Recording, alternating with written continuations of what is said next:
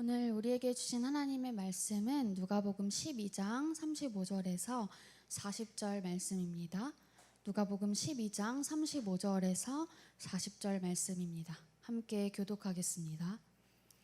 허리에 띠를 띠고 등불을 켜고 서 있으라. 너희는 마치 그 주인이 혼인집에서 돌아와 문을 두드리면 곧 열어주라고 기다리는 사람과 같이 되라. 주인이 와서 깨어있는 것을 보면 그 종들은 복이 있으리로다. 내가 진실로 너희에게 이르노니 주인이 띠를 띠고 그 종들을 자리에 앉히고 나와 수종들리라. 주인이 혹 이경이나 혹 삼경에 이르러서도 종들이 그같이 하고 있는 것을 보면 그 종들은 복이 있으리로다. 너희도 아는 바니 집 주인이 만일 도둑이 어느 때에 이를 줄 알았더라면 그 집을 뚫지 못하게 하였으리라. 그러므로 너희도 준비하고 있으라. 생각하지 않은 때에 인자가 오리라 하시니라. 아멘. 안녕하세요. 네. 오늘도 여러분과 함께 한 분이신 하나님을 예배할 수 있어서 감사합니다. 오늘은 성령 강림 후 제9주입니다. 왠지 여러분들도 그럴 것 같지만 사실 목회자인 저도 매일 매순간 하나님을 의식하면서 살아가는 것이 쉽지 않은 것 같습니다. 그래도 이렇게 모여서 하나님을 기억하고 또 은혜에 감사하고 또 다시 한번 주님의 손을 붙잡고 세상으로 나아갈 수 있는 시간을 허락해 주셔서 참 감사합니다. 말씀을 전하고 듣는 이 시간 우리와 늘 함께 하시는 성령님께서 우리의 마음을 하나님께로 또 서로에게로 활짝 열어주시길 기도하고 기대합니다. 저는 오늘도 교회력의 말씀을 따라서 누가복음 12장 35절에서 40절을 본문으로 정했습니다. 누가복음에는 여러 가지 특징들이 있는데요. 그 중에서 누가가 이스라엘 안의 모든 사람들을 구석구석 살펴서 묘사하고 그들 중에서 어떤 사람들이 구별된 사람들인지를 찾아내고 보여주는 특징이 있습니다. 여기서 구별되었다는 것은 수많은 사람들이 다수의 이방신들을 섬길 때 그 가운데에서 한 분이신 하나님을 경외하는 것을 의미합니다. 우리 이것을 염두에 두면서 오늘 말씀을 살펴보겠습니다. 성경을 보면 각 장이나 문단마다 파란색 글씨로 소제목이 적혀 있는 경우가 있어요. 오늘 본문의 소제목은 깨어 준비하고 있으라 이죠. 그리고 옆에 괄호로 마태복음 24장 45절에서 51절이라고 적혀 있습니다. 지금 있는 본문과 같거나 아니면 관련된 본문을 표시해 주는 것인데요. 파란 글씨와 괄호 안에 있는 그런 성경 표시는 원래 성경 원전에 있던 것이 아니라 나중에 성경을 연구하는 전문가들이 붙여놓은 것들이에요.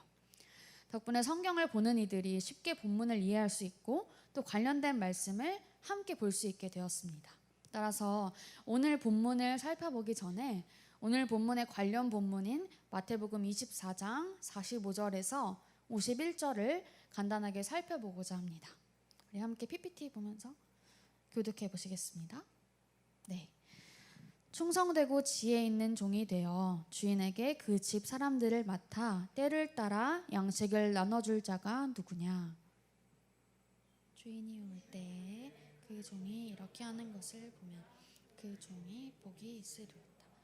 내가 진실로 너희에게 이르노니 주인이 그의 모든 소유를 그에게 맡기리라.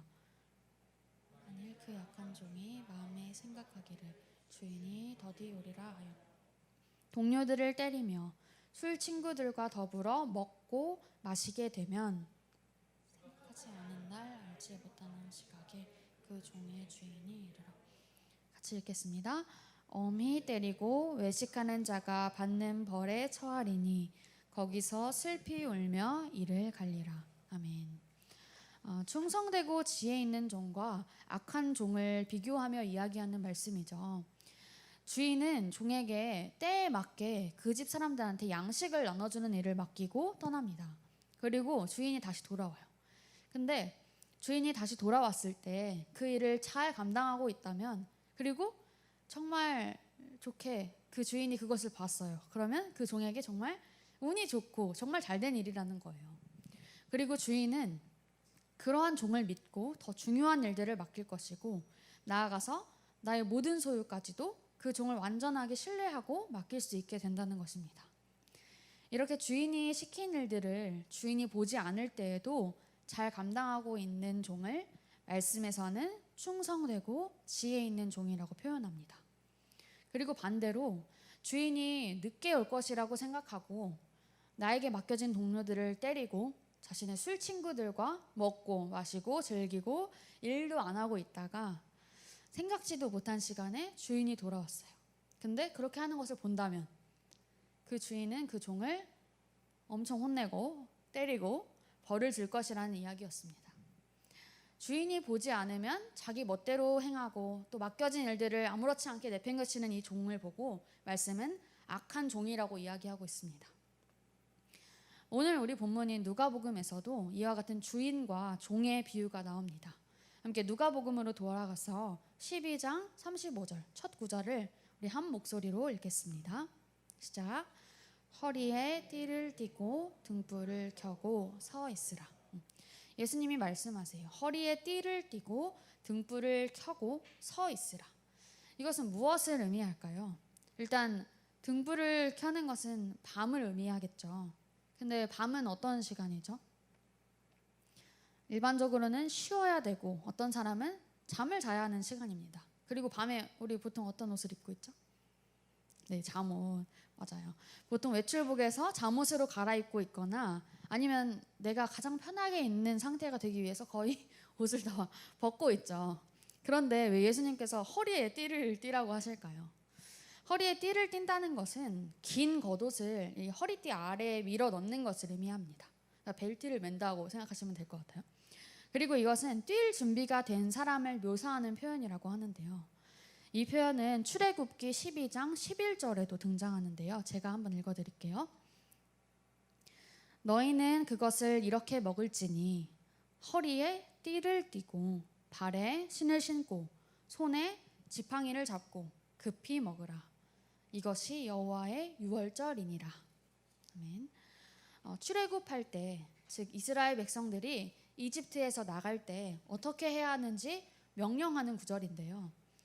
아주 오랜 시간 동안 누군가의 종이었던 이들이 그 주인인 이집트 사람들, 이집트의 군대와 주인들을 떠나서 이집트를 떠나려고 할 때 얼마나 마음이 급했겠어요.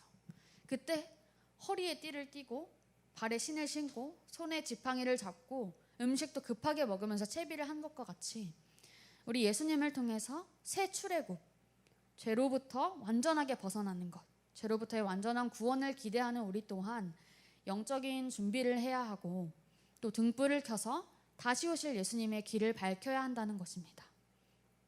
자, 예수님이 허리에 띠를 띠고 등불을 켜고 서 있으라고 하셨어요. 그리고 이어서 자세하게 말씀해 주십니다. 우리 함께 36절을 읽겠습니다.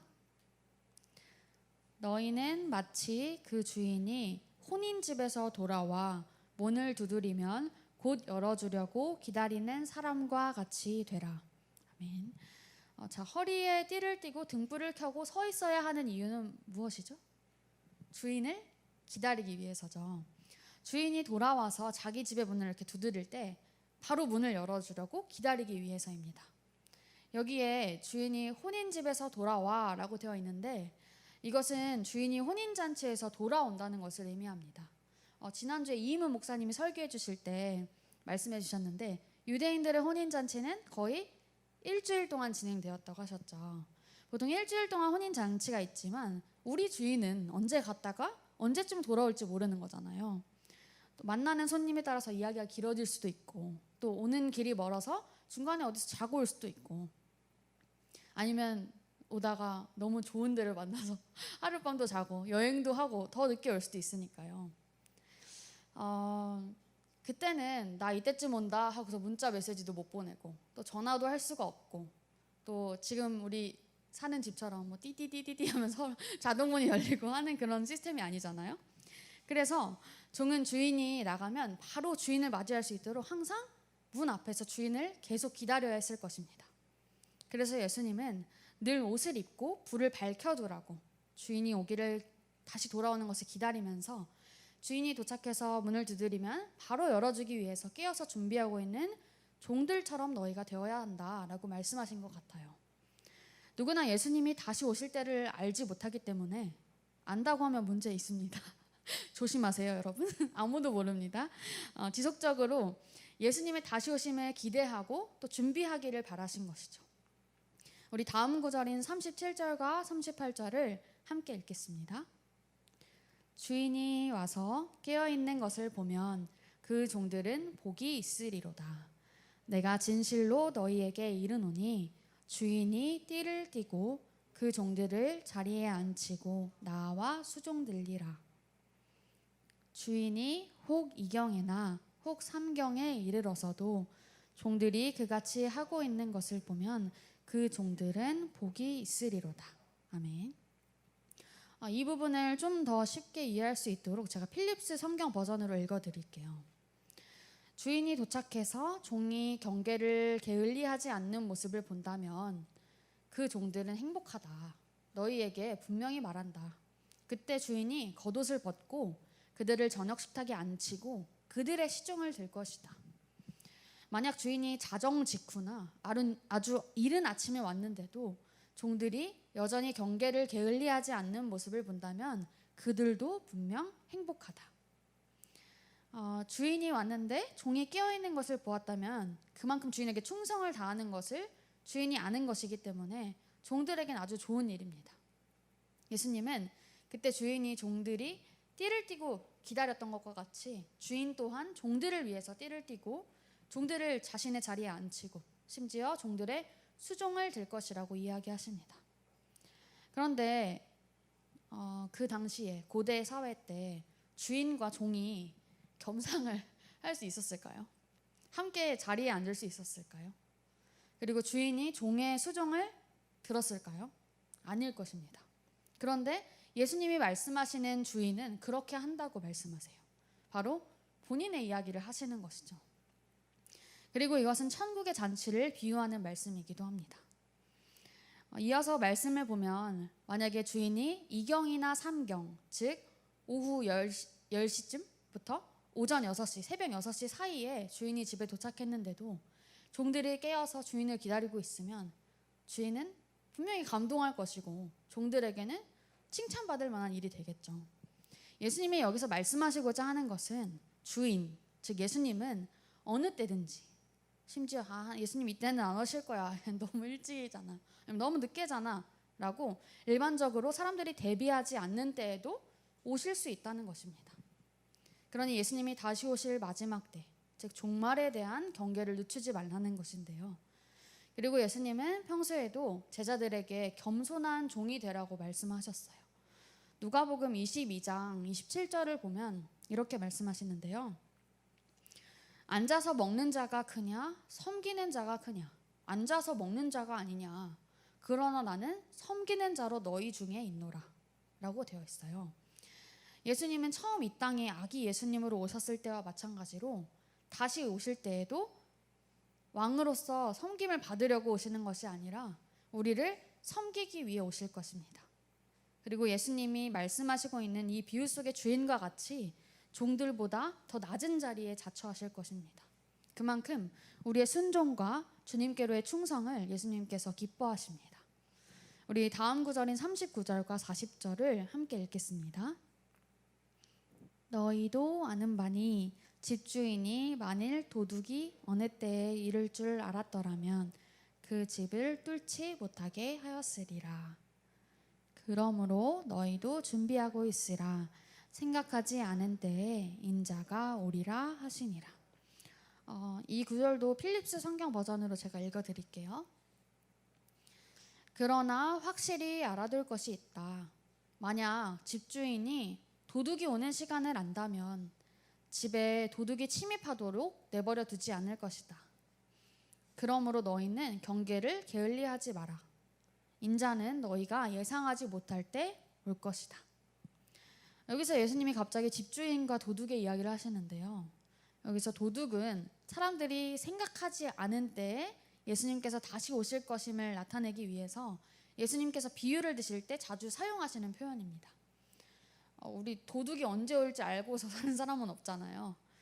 그런 것과 같이 그리스도의 재림은 예상치 못한 성격을 보여주기 위해서 도둑의 이미지를 사용하신 것입니다. 말씀을 정리하고자 하는데요. 우리가 예수님이 오실 때를 안다면 그 시기에 맞추어서 주님이 한 이쯤 오실 거니까 나는 여기는 덜 순종하고 하다가 가까이 오실 때쯤 엄청 순종하면서 살아야지 하고 할 수 있을 거예요. 그런데 예수님을 기다리는 일에 그런 꾀는 통하지 않습니다.